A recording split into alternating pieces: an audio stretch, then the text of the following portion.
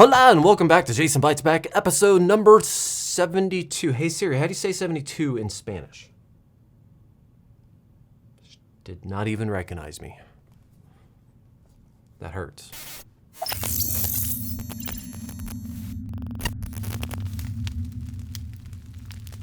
If you guys are not familiar with this series, it is the series of which I go over the last month's worth of videos and comments, and I respond to questions and or reply to comments. As always, this series is supported by my awesome YouTube members. You guys should be listed at the end of the video if I remember how to do it, but I'm pretty sure they changed it, but maybe it's the same. Anyway, in today's video, we're gonna be talking about a wide range of subjects, and I don't really have anything to say before it, so I guess I will say, I do have a question actually. So today I spent a significant amount of time tracing down network issues, like for wireless access point and cameras and stuff like that. And I realized that I just have a really bad luck with keystone jacks. Now I don't know if any of you guys out there use keystone jacks or if you have any tips or, maybe there's something I'm doing wrong, but it seems like every single one of them, if you touch them just the wrong way, like just wiggle them, they stop working. And that's if they work all right in the first place. So I trace down issues and I'm just starting to terminate my cables that I'm having issues with and using an RJ45 to an RJ45 keystone jack if I need to combine them.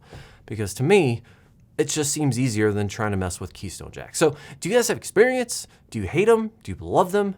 I'd like to know what I'm doing wrong. All right, the first question is from Tim.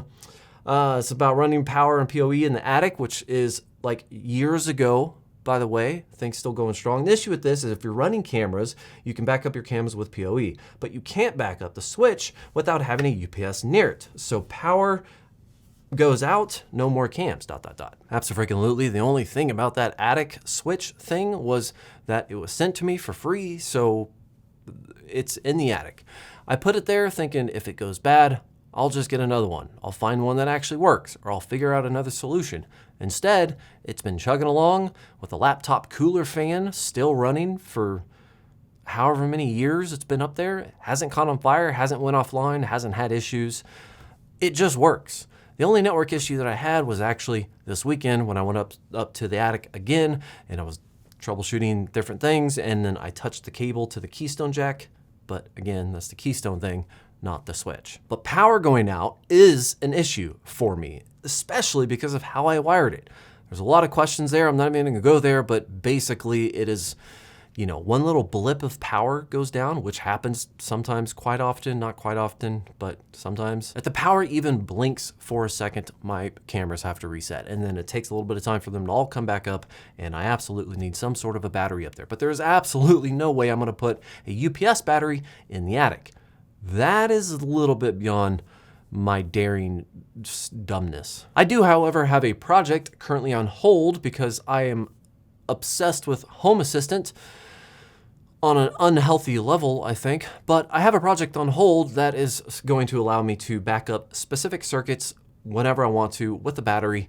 That's just got a lot to do before I get to that point. But I do want to back up those circuits going to there. Ultimately, the best solution is going to be something like a Unify PoE thing, or maybe not having a switch in your attic.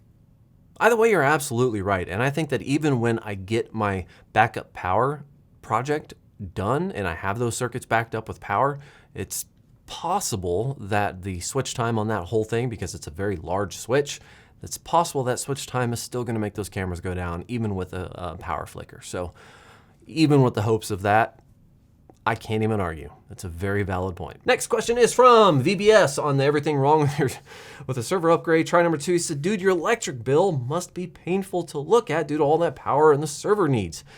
Yes, it is. To be fair, during the winter when I got heat going and I just got like a gas bill that offsets the electric bill, my bill's usually only like $289 to like $384-ish, somewhere around there. So it's not too bad. In the summer, when I have the AC going, because my AC kind of sort of is undersized and needs replaced, I can get up in the 580s, usually 589, somewhere around there. Very rarely do I go over 6, but yeah, it sucks. I don't turn anything off. I don't know why. Next question is from Michael. He said, he's quoting me. He said, if I don't like it, I can just sand it. Oh boy, this took several months, didn't it? Yes, it is. taking several months. I'm still building the server. I just today did a bunch of work on it to actually put stuff back into it after all the painting stuff that I did. And I'm not even done painting because I did screw it up. The gold flakes were a terrible idea. I questioned it going in, and then after I did it, I was like, I instantly regret everything that I did. But that is the nice little quirk about me, is that sometimes I do things even when I know they're dumb because I just want to see if I can somehow make it work. And I fail a lot, and I pay for it by spending time fixing it. I do like the gold stripe though, like the kind of like the mix of that. So I'm not angry about that. It's just taking longer to, I don't know, just everything. Everything about this is just taking a while. It's a mental stopgap, right? It's like, oh, now I have to redo this. So I'm gonna go ahead and put it in this room and forget about it for a week because I don't wanna do it right away.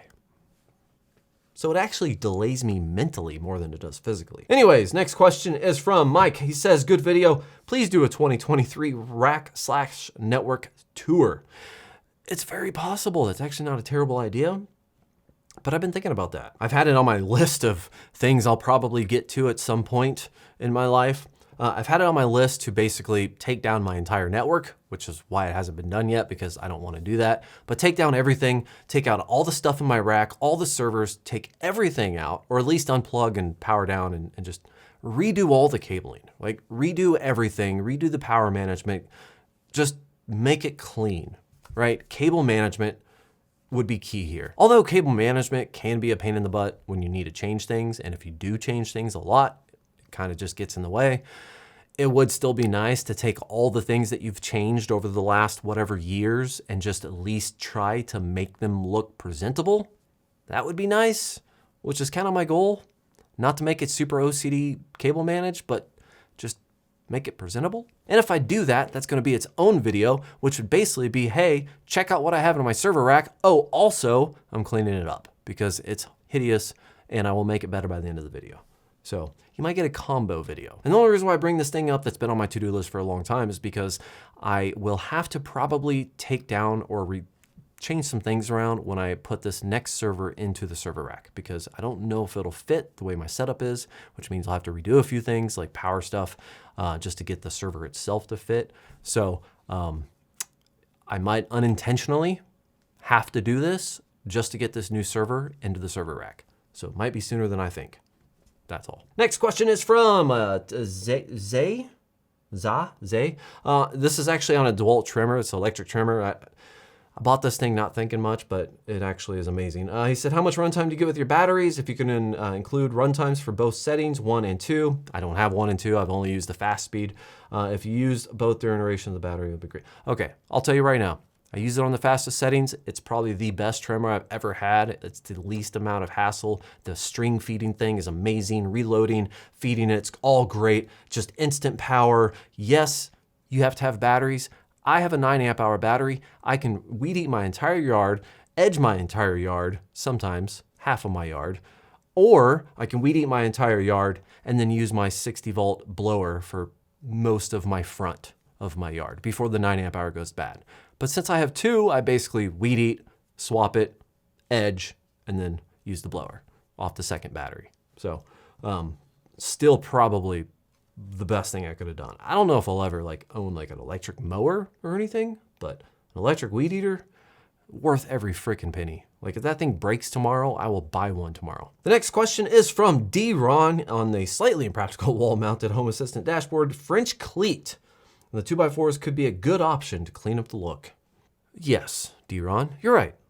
And actually a lot of people said this. A lot of people gave me good solutions, better than what I did. So I just want to take this opportunity and this very specific person who asked the question to say, I did what I did because it's just me in the house and I don't know how to lift up a 160-pound TV by myself to get it onto a French cleat. Shy of literally maybe leaning the TV up against the wall and trying to deadlift this thing with 2 arms and some straps or something, and then just maybe cracking the screen as I use my shoulder as leverage to push it up and over on the, no, you need 2 people. I didn't even want to try to do it by myself. So my solution was primarily just because it was me. That's it. It was the easiest that I could do personally to get it up onto the wall myself. So there's that. Next question is from Mike on the Home Assistant intro to 55-inch touchscreen. I like how you have your computers in Home Assistant. Can you tell me how to integrate it? Yes, kind of, maybe.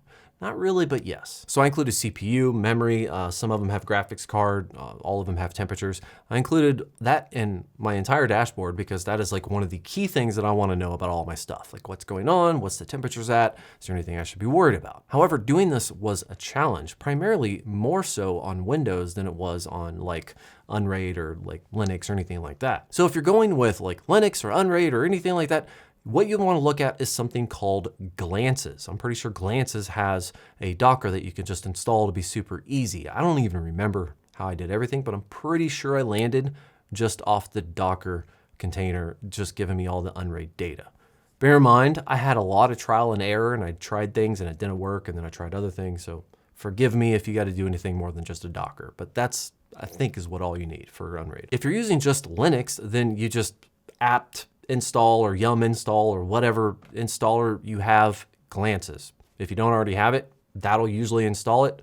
If not, Google it. I don't know what else to tell you, but Glances is pretty much there. And then when you install Glances, like I did on my Proxmox from the root terminal, not a VM terminal, but from the root terminal, I installed Glances. I then had to go in and configure Glances to start as a server automatically every time it rebooted. So that's just another step. Install it, set it up to auto start as a web server, good to go. Now, Windows was the weird one because there really wasn't a great option, at least anything that I could tell. There's a Home Assistant add-on thing that you could download supposedly that was supposed to allow you to pass some sensors on. I fought with it like tooth and nail and I just got frustrated. So I ended up landing on something called Open Hardware Monitor, found out that it was grossly outdated and somebody abandoned that project and then kind of picked it up with Libre Home Monitor. Libre Hardware Monitor, sorry. So Libre Hardware Monitor. That was actually updated enough to handle my 13th gen, give me all the sensors that I needed for my new processor. And then when you go into Home Assistant, if you install the add-on for Open Hardware Monitor, it's able to connect to the server that you create with your Libre Hardware Monitor, which, by the way, you have to configure it to start automatically, and then you have to configure it to start a server. You might want to choose a different port. Then you have to go into your firewall and enable, pass it through your firewall. So, there's a few steps there, but those are what you want to look into. Libre Hardware Monitor and Open Hardware Monitor integration for Home Assistant. Next question is from your Master Tech. He says, Toya local version was a pain, better way cloud version, blah, blah, blah, blah, blah, blah, blah, blah, blah. The only thing I wanted from this thing was to take a jab at Tuya. Primarily because Tuya is a pretty strong market presence from what I'm seeing just on Amazon or whatever. They have a strong market presence, and I didn't even buy a Tuya device. I bought a rebranded device for recessed lighting that I ended up putting on the back of the TV. It was a rebranded device, but it ended up being a Tuya at the root of it. Like, I was digging in so deep trying to figure this out. I was like, oh, this is a Tuya. Never had one before. Didn't realize how much that sucked. But now I've decided I will never buy another Tuya product again. They have just went completely out of their way to make their product unusable locally. Like, yes, you can technically probably get it to work, and I'm sure plenty of people have got it to work. But I messed with it way too many hours to think I ever want to deal with that again. I've recently been forcefully introduced to Zigbee and some products through Akara. It's a much friendlier ecosystem, especially when you're trying to work with something like Home Assistant. I don't know why Tuya wants to make everything so difficult, but I'm never going to buy their crap again. So I bought it on accident the first time. Not that I knew anything about it, but moving forward, if I'm looking for something, whatever it is that I'm looking for, I'm probably going to be looking for Zigbee first of all, or if I see Tuya, I'm just not even going to look at it. Just next. Jack O'Death on, I connected this power station directly to my big batteries. He says, question for you about your battery setup. I'm guessing that you have two sets of 12 volt hooked up in a series to create 2 times 24 volt in parallel, 1 times 24, 100 amp hour parallel to create blah, blah, blah, blah, blah. Yes, that's exactly what I did. Used 2 12s to make a 24, and then I ran a bunch of 24s in parallel. How long have you had that running? A year or 2? I don't know, this kind of blurs. I want to say maybe a year to 3 years, give or take some change. As far as how it's been running, it's actually been running really well for me. I'm doing all the things people tell me not to do, like mixing brand batteries. I don't mix chemistries, so they're all lithium iron phosphate. But so far, I haven't had any major issues with batteries draining each other or killing each other off. I've individually tested each battery, at least each battery pack, and they're still functioning just fine. So far for me, it hasn't had any issues. I don't recommend it. I'm just doing it because these batteries are sent to me and I want to put them to use. So if a battery dies, I don't have anything invested in that battery aside from the time of the initial review. Past that, it's just going on a shelf. So I would build out your own thing with matching stuff and make sure that you're protecting your investment, because what I do is probably not recommended. Next question is from Process Unknown on Jason Bytes Back, episode numeral L710. He says, how can I keep Plex from removing my continue watch shows? I watch show, I'll finish the season, I'll start over show a while. Blah, blah. Okay, there's a setting in there. I forgot where it is. God, I should have looked this up before I went in there. Anyways, if you go into settings on Plex, there's an option to go in there and change how many weeks your Plex will consider your continue watching. It'll even give you an option to change how many shows show up on your continue watching. Like I think mine's set to 20 shows and up to 6 weeks. So if yours are falling off too fast, maybe you have too many or whatever, I would go into your settings and I would check those 2 settings right there, because that would possibly be your limiting factor. If not, then your Plex is broke and that sucks. Next, this one is from Jason. He said, did you see Linus Tech videos on the 13900K and how to get that cool? It takes a ton of cooling to make that CPU work the way it should work. Yes, I'm still fighting that, by the way. And by still fighting that, I mean, I haven't had the motivation to re-tackle the heat problem that I had after I got it built. I have one core that will go to 100, like TJ Maxx, while all the other ones are at 81. I have a full-on water cooling loop, and I know, just like the 7940 was a pain in the butt, I know the 13900 is a pain in the butt too. So on my little to-do list is to take that CPU out again, clean it off, whatever, and then lap it. And then I'm done. I'm not doing anything else to it. I'm not gonna try anything else like I did with my 7940. I'm not doing liquid metal. I'm not, de-lidding it. I'm not doing any of that. I'm gonna lap it, which is sandpaper and water or whatever, and then I'm gonna see if it's better. And if it's not better, I'm just gonna deal with it until the next one comes out that's worth it enough for me to upgrade. Because 13900K it runs really hot. It's been kind of a pain for me this whole time. And that is actually the last question. So guys, again, as always, thank you to my awesome YouTube members. I will list their names at the end of this video. And make sure if you guys have any questions or comments that you want to ask, leave those in the comments section down below. Can't guarantee I'll get to all of them, but I will probably at least see them. God, that sounds terrible. Probably see them. Thank you for watching, guys. Like and subscribe below, and have yourself a great day. Okay, now that that's done, let's talk about Home Assistant and how addicting it is. To the point where I'm adding cards just to see if I can make it work and then deleting it, right? This goes back to what I was doing earlier, where it's like I do things, I see how it works, and then I have to go back and fix it. So Home Assistant is the very same thing. I'm going through, I'm downloading a bunch of different integrations, plugins, add-ons, and everything that I can get my hands on. And then I go in there and I mess with the JavaScript. I try to tweak it to how I want it, and then I break it, and then I don't want to go back and mess with it again. And it's all just for stupid reasons, because I want to tweak one stupid specific thing. However, I have found that there are a few limitations. I was sent a touchscreen, this little screen, right? I also have a touchscreen TV, right? That runs on an Intel NUC. And what I've found with both of those devices that aren't full-blown, like just fully built PCs, what I found with both of those devices is that when I tried animations, things got really weird. Like animated backgrounds, GIFs, stuff like that, just got really weird. Things start to get laggy. I had a spinning fan icon, which actually isn't that bad. You spin an icon, totally not that bad. But I had like an Aurora thing going on in the background in one of my cards that bogged everything down. I tried to do an animated background with a GIF and then a video. That just brought everything to a screeching halt.